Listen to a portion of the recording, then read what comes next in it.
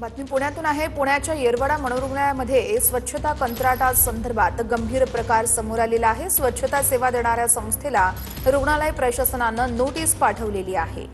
संस्थेकडून कामकाजात त्रुटी झाल्याचा रुग्णालयाचा आरोप आहे। काही दिवसांपूर्वी मनोरुग्णालयात रुग्णांकडून स्वच्छता करून घेतल्याचा व्हिडिओ समोर आला होता।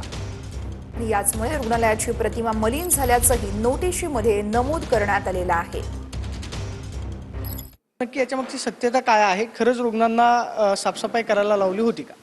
रुग्णांना आमच्या कार्यालयाकडून, आमच्या प्रशासनाकडून किंवा किंबहुना आमच्या वार्डात असलेल्या कर्मचाऱ्यांकडून टॉयलेट बाथरूम साफसफाई करून घेत नाहीत। संबंधित ठेकेदाराच्या सफाई कर्मचाऱ्यांकडून ते व्हिडिओ किंवा ते साफसफाई केल्याचे प्राथमिकदृष्ट्या निदर्शनास येते। ह्या व्हिडिओविषयी आम्ही चौकशी करू, ह्याविषयी योग्य पुढील कारवाई करू। स्वच्छतेचं जे काही ठेका आहे त्या संबंधित ठेकेदारांची जबाबदारी आहे। आमच्या कर्मचाऱ्यांकडून त्या मनोरुग्णाकडून स्वच्छता करून घेण्याची काही जबाबदारी नाही। या व्हिडिओची सत्यता जी आहे ती पडताळली जाईल आणि पुढे कारवाई केली जाईल अशी प्रतिक्रिया कोलारी सरांनी दिल्यास पाहिली होती। कॅमेरापर्सन विकी चव्हाण, प्रदीप कापसे, TV9 मराठी, पुणे।